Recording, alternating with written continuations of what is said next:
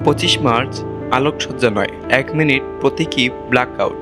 আগামী 25 মার্চ গণহত্যা দিবসটি যথাযোগ্য মর্যাদায় পালনের লক্ষ্যে জাতীয় পর্যায়ে নানাবিধ কর্মসূচি গ্রহণ করা হয়েছে। এদিন সারা দেশে 10টা 30 মিনিট থেকে 10টা 31 মিনিট পর্যন্ত 1 মিনিটের প্রতীকী ব্ল্যাকআউট পালন করা হবে। রবিবার মুক্তিযুদ্ধ বিষয়ক মন্ত্রণালয়ের এক সংবাদ বিজ্ঞপ্তিতে এ তথ্য জানানো হয়। এতে বলা হয়, আগামী 25 মার্চ গণহত্যা দিবস যথাযথ মর্যাদায় উদযাপনে জাতীয় পর্যায়ে নানাবিধ কর্মসূচি গ্রহণ করা হয়েছে। দিবস উপলক্ষে রাষ্ট্রপতি এবং প্রধান উপদেষ্টা বাণী দেবেন।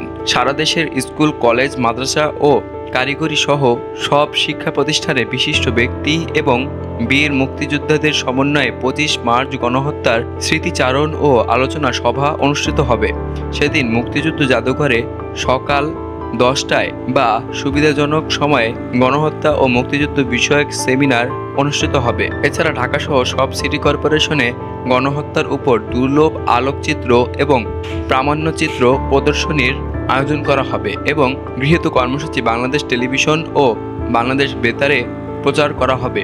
এতে আরও বলা হয়, 1971 সালের 25 মার্চ রাতে নিহতদের স্মরণে বাদ জোহর অথবা সুবিধাজনক সময়ে সব মসজিদে বিশেষ মোনাজাত এবং অন্যান্য উপাসনালয়ে প্রার্থনার আয়োজন করা হবে। 25 মার্চ রাত 10টা 30 মিনিট থেকে 10টা 31 মিনিট পর্যন্ত 1 মিনিটের প্রতীকী ব্ল্যাকআউট পালন করা হবে।